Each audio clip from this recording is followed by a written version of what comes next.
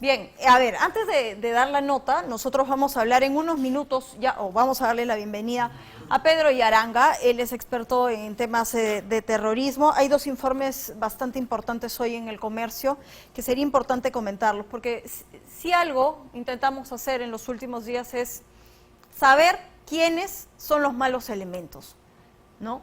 Frente a una ola que ha acabado ya con la vida de 47 personas. No podemos permitir la muerte de una persona más. Y lo importante es saber qué acciones se están tomando para identificar a los responsables. Gracias, señor Yaranga, por estar esta mañana con nosotros. Buenos Bienvenido. días, ¿cómo estás? ¿Qué tal?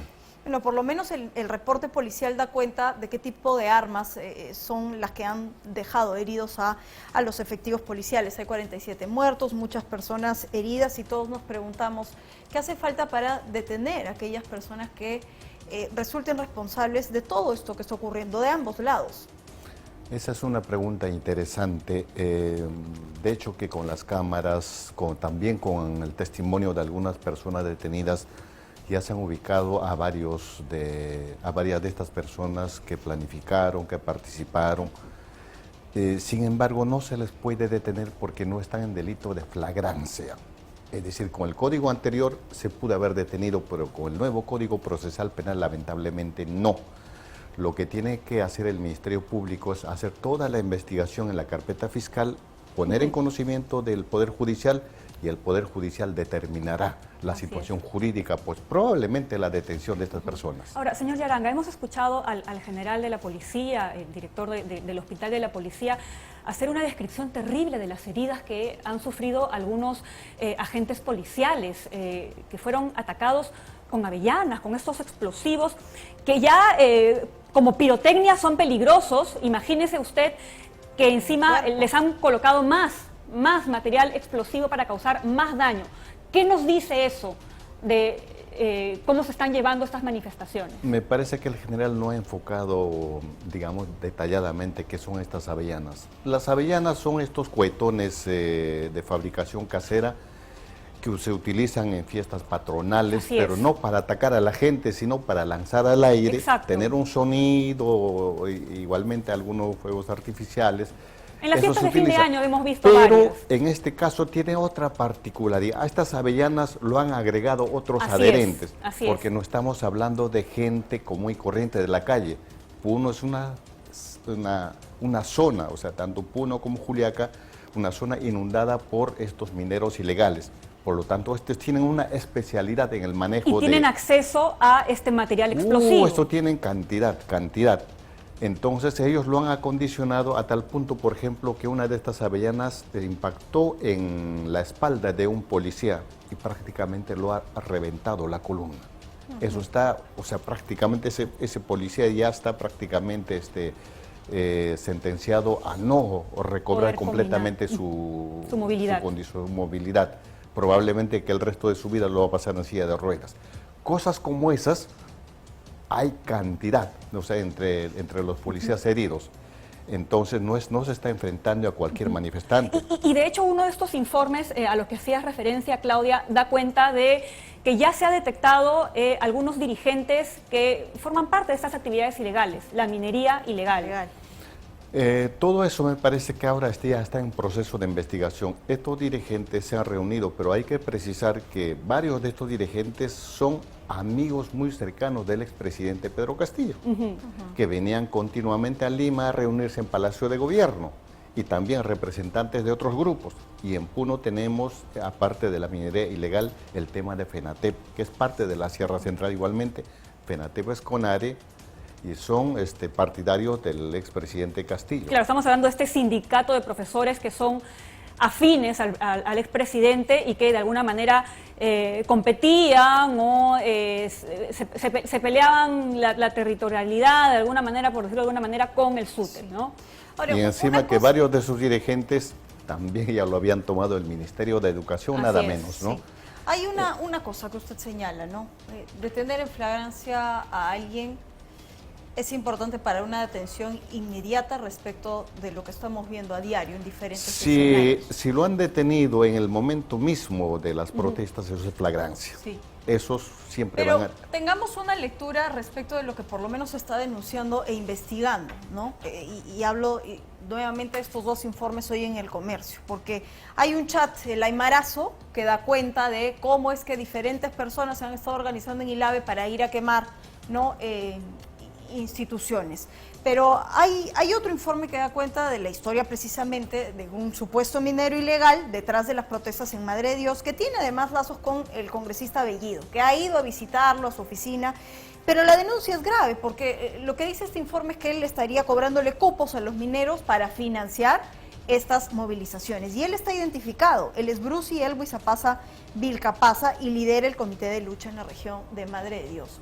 ¿Por qué estas denuncias finalmente no nos llevan a otra lectura, ¿no? Porque hay una sensación de que finalmente se está estigmatizando la protesta, se está terruqueando a todo el mundo, se está diciendo que la minería ilegal tiene este tipo de infiltrados y al final lo que tenemos en papel, en detención, en por lo menos trabajo de inteligencia es absolutamente, es muy escaso. Hay que considerar que en estas protestas no, digamos, tampoco participan todos estos inmersos en las economías ilegales. Normalmente lo que hacen es llamar a la población, y la población inocente es la que participa, que finalmente es la pagana. Pero estos siempre están organizados, eso de los cupos funciona, o sea, estos siempre están preparados porque hay operativos de la policía, hay operativos de las Fuerzas Armadas, y N cosas, incluso hay revanchismo entre estos grupos, entonces siempre están preparados para eso, para enfrentarse, pero tampoco hay que descartar que dentro de esos manejan armas. Y el corredor es larguísimo, estamos viendo desde Madre de Dios hasta Puno, minería ilegal.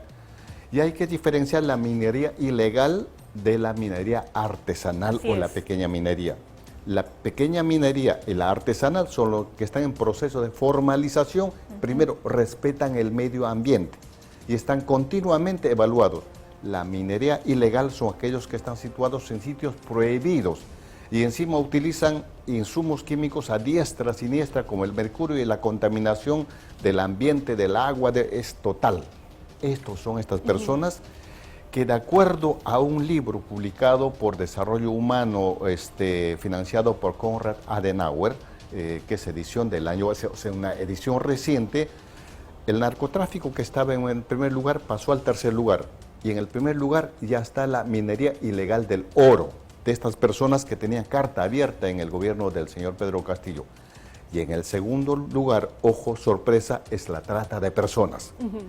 Y en el tercer lugar recién está el narcotráfico, que también tiene lecturas bastante especiales, porque después de la pospandemia el precio de la coca ha caído hasta ahora.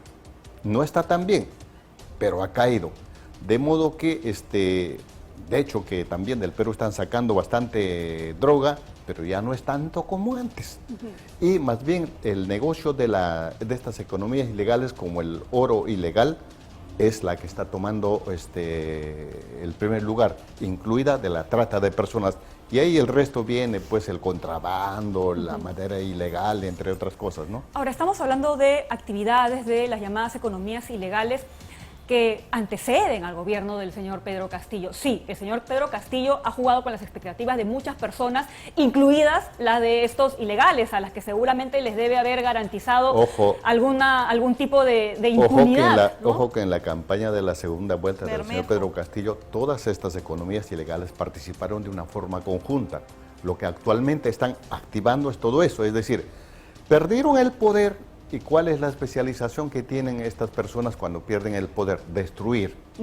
Están en ese proceso, porque anteriormente los dirigentes de estas economías ilegales se reunían siempre en Palacio de Gobierno y ahí pedían, pues, los cupos que les permitían a lo que estar. voy es que es un problema que parece que es bien difícil de erradicar, porque lo que sucede en La Pampa sucede desde hace muchísimos años, y quizás de lo que usted ha señalado, lo más triste es el tema de la trata, porque ahora ha empeorado con la participación ya de mujeres extranjeras. Tenemos venezolanas, tenemos bolivianas, tenemos brasileñas, tenemos colombianas, y nadie hace nada por ellas. Efectivamente, y encima que en cada uno de esos grupos funcionan pues con personal de seguridad. ¿Y qué tienen el personal de seguridad? Tienen armas, cobran cupos, esas personas son explotadas y la trata de personas no solo está en ese corredor, la trata de personas está a nivel nacional y prácticamente se ha dejado casi de lado. Estos 2 años casi se ha abierto a todas esas economías ilegales. Ellos son los que actualmente están reinando prácticamente. La pregunta para todos, ¿no? Porque creo que hemos identificado cuál es el problema y tenemos que pasar ya a intentar solucionarlo, son muchos días. El costo se ha traducido en pérdidas humanas, policías heridos, en ciudades estancadas económicamente y en un círculo de crisis al más alto nivel. ¿En qué momento vamos a encontrar un punto medio para que todos los grupos que tienen algún reclamo puedan dialogar finalmente con el gobierno? ¿Es eso posible o es que ya de plano ninguno de estos grupos no quiere sentarse ya con nadie? No, de por medio está el diálogo y la mejor arma para solucionar estas cosas es el diálogo. Lo que pasa es que hay hierros en el camino. Entonces, hierros, obviamente, por lo que ya sabemos, de parte de la gente que está ahí, jamás van a querer dialogar con la gente que va del gobierno, porque presumen que con ese cuento los van a detener, porque saben que ellos están en error. La gente del gobierno dice, vamos a enviar al premier o vamos a enviar a tales funcionarios del Estado. Tampoco van a dialogar. ¿Qué tiene que hacer el gobierno? Ese es el hierro del gobierno. Tiene que buscar un punto intermedio. Y ese punto intermedio es una institución independiente a esos dos lados, que puede ser prácticamente la Iglesia, que tiene muy buena aceptación y que ha hecho buenos trabajos a lo largo de la historia. Entonces, con esa participación de una entidad independiente sí se puede llegar al diálogo, ¿no? Porque a estas alturas no podemos ya esperar de que hayan más heridos, más muertos. Lo que hay que hacer es calmar a nivel nacional. Así es. Y algo que también quizás sea importante señalar, y usted, Pedro, lo podrías aclarar incluso, ¿no? Porque identificando a estos sujetos, a los que están detrás, a los dirigentes de la minería ilegal, de la tala ilegal, del narcotráfico, incluso hasta los del Movadef, ¿no? Que también han sido señalados por el Ejecutivo, identificándolos, señalándolos y hasta deteniéndolos incluso, no necesariamente se van a detener estas manifestaciones. No. Tiene que haber allí otro tipo de trabajo. Hay que tratar, por ejemplo, de enfocar la realidad de estos lugares. Son lugares bastante alejados de la capital que históricamente han sido abandonados en parte. Pero desde el funcionamiento de los gobiernos regionales, la plata, el dinero ya no está acá, ya no está en Lima, está en los gobiernos regionales, en algunos municipios. Consecuencia de ello es que la mayoría de los gobernadores de estos lugares, ¿dónde están en la cárcel? ¿Por qué? Por ladrones. Así es. Esas cosas incluso hay que ir mejorando en el camino. Y lo otro es que todos estos casos obviamente no quedan ahí. El Ministerio Público está investigando caso por caso. Ojo, con veeduría internacional. Y eso de que algún abogado despistado saque y diga de que no, es que están haciendo pasar que han muerto simplemente por pedradas y no por proyectil arma de fuego. Eso es falso, porque ahora a exigencia de la veeduría internacional el Ministerio Público lo está haciendo minuciosamente hasta en las necropias por cada fallecido. Ahora, Pedro, ¿cómo lidiamos con estos reclamos, ¿no? Usted señala y dice, bueno, todo esto responde a la corrupción, a que no ha habido crecimiento en ninguna de las regiones, pero lo que estamos escuchando como reclamos son 3 cosas básicamente, ¿no? Que renuncie la señora Boluarte, que se disuelva el Congreso, asamblea constituyente, ¿no? Yo no dudo que hayan personas detrás que, por supuesto, sientan que sus regiones están olvidadas, porque la realidad es así, por la pésima gestión en los últimos años. Pero tienen estos 3 no negociables delante de reclamos que son justos. ¿Cómo llegamos a finalmente decir esto no va a ser viable? Lo que sí puedo hacer es firmarte una carta compromiso de que aquí a 6 meses la salud, la agricultura y demás va a mejorar. Por eso es que ahí tiene que funcionar el tema de la participación del intermediario. Estas son peticiones absolutamente políticas. No hay nada de desarrollo humano, salud, educación, agricultura, no hay nada de eso. Sin embargo, la carencia que tienen es cierto.